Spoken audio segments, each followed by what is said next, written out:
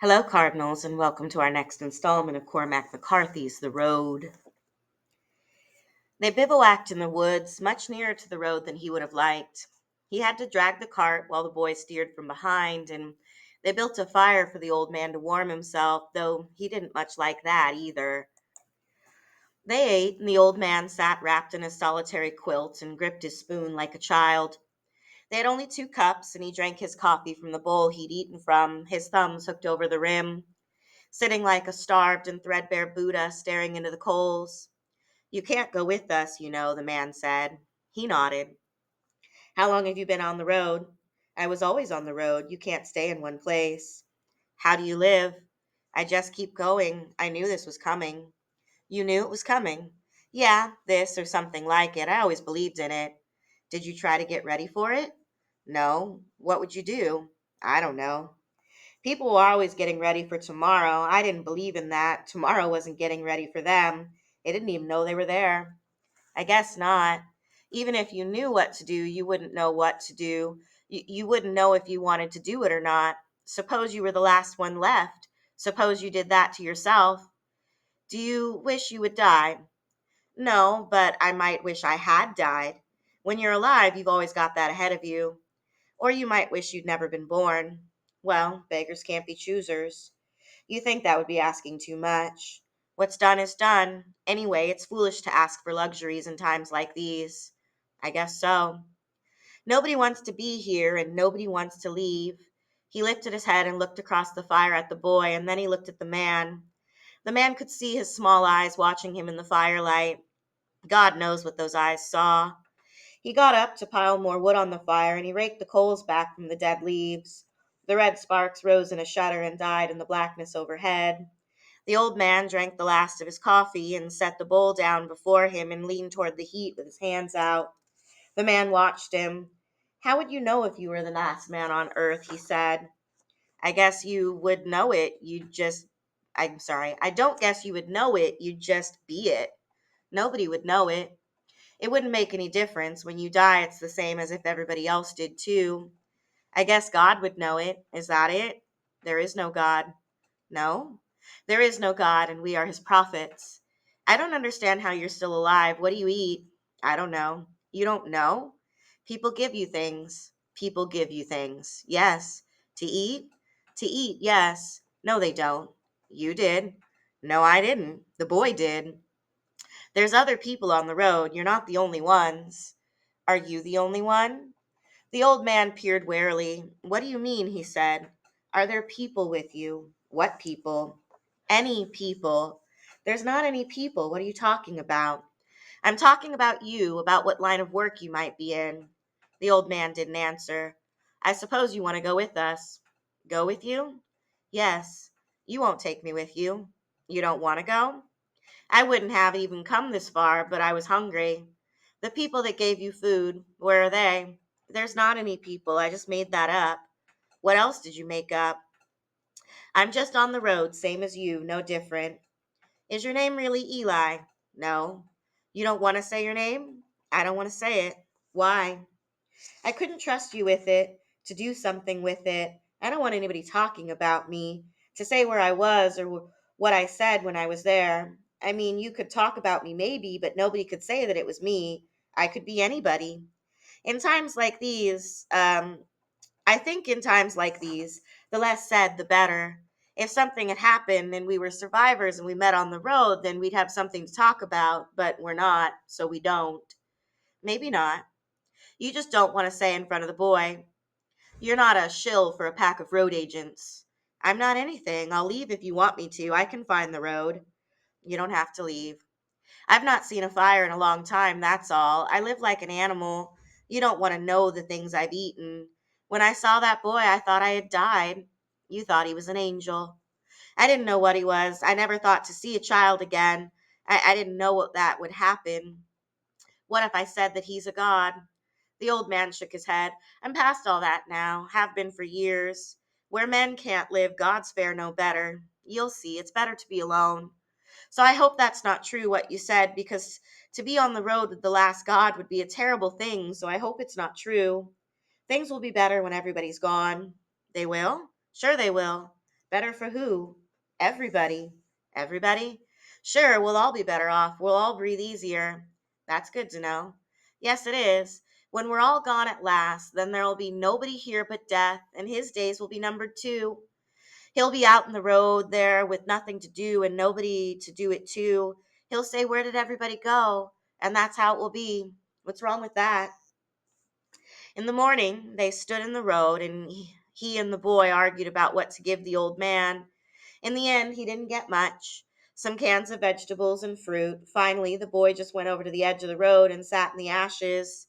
The old man fitted the tins into his knapsack and fastened the straps. "You should thank him, you know," the man said. "I wouldn't have given you anything." "Maybe I should, and maybe I shouldn't." "Why wouldn't you?" "I wouldn't have given him mine." "You don't care if it hurts his feelings?" "Will it hurt his feelings?" "No, that's not why he did it." "Why did he do it?" He looked over at the boy and he looked at the old man. "You wouldn't understand," he said. "I'm not sure I do. Maybe he believes in God. I don't know what he believes in. He'll get over it." "No, he won't." The old man didn't answer. He looked around at the day. "You won't wish us luck either, will you?" the man said. "I don't know what that would mean. What would luck would look like? Who would know such a thing?" And then all went on. When he looked back, the old man had set out with his cane, tapping his way, dwindling slowly on the road behind them like some storybook peddler from an antique time, dark and bent and spider thin, and soon to vanish forever. The boy never looked back at all.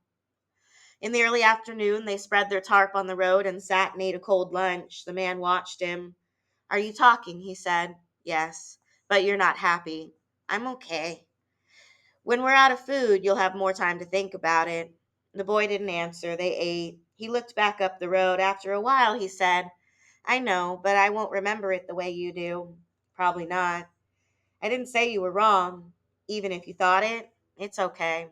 "Yeah," the man said. "Well, there's not a lot of good news on the road in times like these." "You shouldn't make fun of him." "Okay. He's gonna die." "I know. Can we go now?" "Yeah," the man said. "We can go." In the night, he woke in the cold dark, coughing, and he coughed till his chest was raw. He leaned to the fire and blew out the coals and blew on the coals and put on more wood and rose and walked away from the camp as far as the light would carry him. He knelt in the dry leaves and ash with the blanket wrapped about his shoulders, and after a while the coughing began to subside. He thought about the old man out there somewhere. He looked back at the camp through the black palings of the trees. He hoped the boy had gone back to sleep. He knelt there wheezing softly, his hands on his knees. "I'm going to die," he said. "Tell me, how am I to do that?"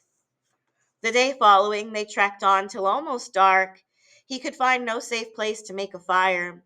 When he lifted the tank from the cart, he thought that it felt light. He sat and turned the valve, but the valve was already on. He turned the little knob on the burner, nothing. He leaned and listened. He tried both valves again and their combinations. The tank was empty. He squatted there with his hands folded into a fist against his forehead, his eyes closed. After a while, he raised his head and just sat there staring out at the cold and darkening woods. They ate a cold supper of cornbread and beans and franks from a tin.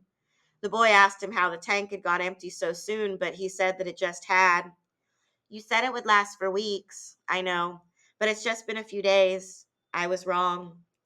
They ate in silence, and after a while the boy said, "I forgot to turn off the valve, didn't I?" "It's not your fault. I should have checked." The boy set his plate down on the tarp and he looked away. "It's not your fault. You have to turn off both valves. The threads were supposed to be sealed with Teflon tape or it would leak, and I didn't do it. It's my fault. I didn't tell you." "There wasn't any tape, though, was there?" "It's not your fault." They plodded on, thin and filthy as street addicts, cowled in their blankets against the cold and their breath smoking, shuffling through the black and silky drifts. They were crossing the broad coastal plain where the secular winds drove them in howling clouds of ash to find shelter where they could. Houses or barns or under the bank of a roadside ditch with the blankets pulled over their heads and the noon sky black as the cellars of hell. He held the boy against him, cold to the bone. "Don't lose heart," he said. "We'll be all right." The land was gullied and eroded and barren. The bones of dead creatures sprawled in the washes. middens of anonymous trash. Farmhouses in the fields scoured up their paint, and the clapboards spooned and sprung from the wall studs. All of it shadowless and without feature. The road descended through a jungle of dead kudzu, a marsh where the dead reeds lay over the water. Beyond the edge of the fields, a sullen haze hung over the earth and sky alike. By late afternoon, it had begun to snow, and they went on with the tarp over them and the wet snow hissing on the plastic. He'd slept little in weeks. When he woke in the morning, the boy was not there, and he sat up with the pistol in his hand and then stood and looked for him, but he was not in sight. He pulled on his shoes and walked out to the edge of the trees. Bleak dawn in the east, the alien sun commencing its cold transit. He saw the boy coming at a run across the fields. "Papa," he called, "there's a train in the woods." "A train?" "Yes, a real train." "Yes, come on."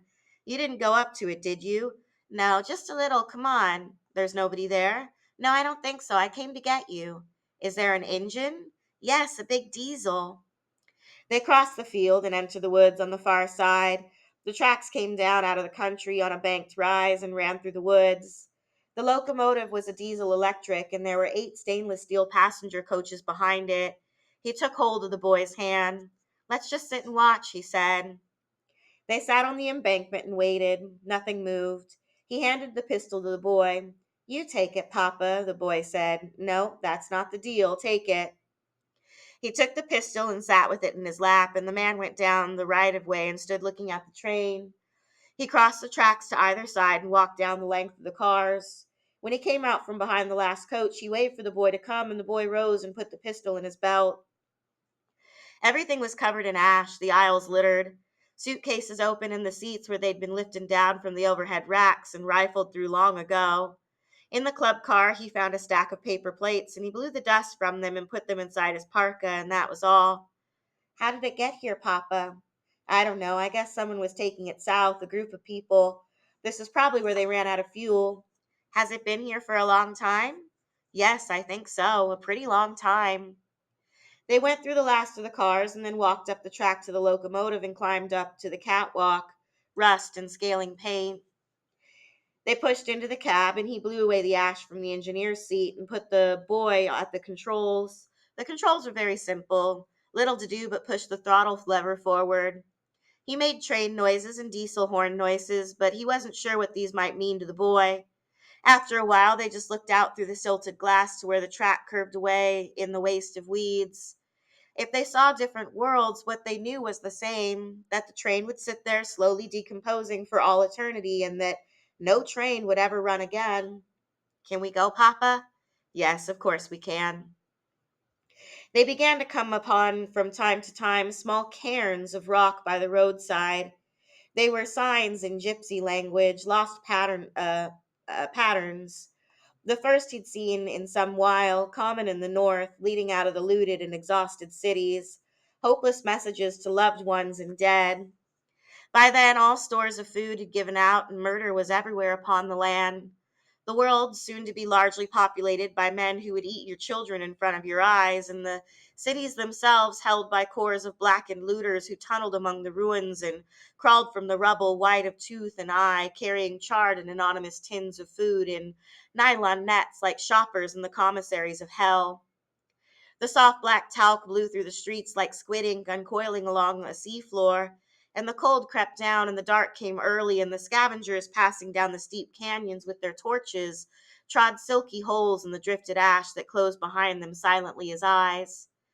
Out on the roads, the pilgrims sank down and fell over and died, and the bleak and shrouded earth went trundling past the sun and returned again as trackless and as unremarked as the path of any nameless sister world in the ancient dark beyond. Long before they reached the coast, their stores were all gone. The country was stripped and plundered years ago, and they found nothing in the houses and buildings by the roadside. He found a telephone directory and a filling station, and he wrote the name of the town on their map with a pencil. They sat on the curb in front of the building and ate crackers and looked for the town, but they couldn't find it. He sorted through the sections and looked again. Finally, he showed the boy. They were some 50 miles west of where he'd thought. He drew stick figures on the map. "This is us," he said. The boy traced the route to the sea with his finger. How long will it take us to get there? He said. 2 weeks, 3. Is it blue? The sea? I don't know. It used to be. The boy nodded. He sat looking at the map. The man watched him. He thought he knew what this was about. He pored over the maps as a child, keeping one finger on the town where he lived, just as he would look up his family in the phone directory, themselves among others, everything in its place, justified in the world. Come on, he said, we should go. In the late afternoon, it began to rain. They left the road and took a dirt drive through a field and spent the night in a shed. The shed had a concrete floor, and at the far end stood some empty steel drums. He blocked the doors with the drums and built a fire in the floor, and he made beds out of some flattened cardboard boxes. The rain drummed all night on the steel roof overhead. When he awoke, the fire had burned down, and it was very cold. The boy was sitting wrapped in his blanket. What is it? Nothing. I had a bad dream. What did you dream about? Nothing. Are you okay? No. He put his arms around him and held him. It's okay, he said. I was crying, but you didn't wake up. I'm sorry, I was just so tired. I meant in the dream. In the morning, when he awoke, the rain had stopped. He listened to the slack drip of water. He shifted his hips on the hard concrete and looked out through the boards at the gray country.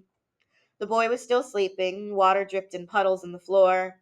Small bubbles appeared and skated and vanished again. In the town, in the Piedmont, they'd slept in a place like this and listened to the rain. There was an old-fashioned drugstore there with a black marble counter and chrome stools with tattered plastic seats patched with electrical tape.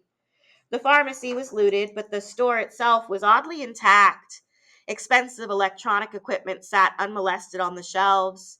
He stood looking the place over, sundries, notions. What are these? He took the boy's hand and let him out, but the boy had already seen it. A human head beneath the cake bell at the end of the counter, desiccated, wearing a ball cap. Dried eyes turned sadly inward. Did he dream this? He did not. He rose and knelt and blew out the coals and dragged up the burned board ends and got the fire going. There are other good guys. You said so. Yes. So where are they? They're hiding. Who are they hiding from? From each other. Are there lots of them? We don't know. But some. Some, yes. Is that true? Yes, that's true. But it might not be true. I think it's true. Okay. You don't believe me? I believe you. Okay. I always believe you. I don't think so. Yes, I do. I have to. They hiked back down the highway through the mud. The smell of earth and wet ash on the rain, dark water in the roadside ditch, sucking out of an iron culvert into a pool. In a yard, a plastic deer. Late the day following, they entered a small town where 3 men stepped from behind a truck and stood in the road before them. Emaciated, clothed in rags, holding lengths of pipe.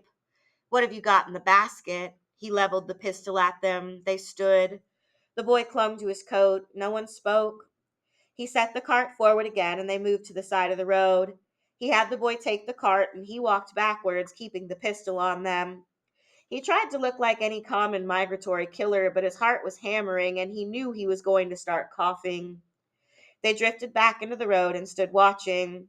He put the pistol in his belt and turned and took the cart. At the top of the rise, when he looked back, they were still standing there. He told the boy to push the cart, and he walked out through a yard to where he could see back down the road, but now they were gone. The boy was very scared. He laid the gun on top of the tarp and took the cart, and they went on. They lay in a field until dark watching the road, but no one came. It was very cold. When it was too dark to see, they got the cart and stumbled back to the road, and he got the blankets out, and they wrapped themselves up and went on. Feeling the pavement under their feet, one wheel on the cart had developed a periodic squeak, but there was nothing to be done about it. They struggled on the road for some hours and then floundered off through the roadside brush and lay shivering and exhausted on the cold ground and slept till day. When he woke, he was sick. He'd come down with a fever, and they lay in the woods like fugitives. Nowhere to build a fire, nowhere safe.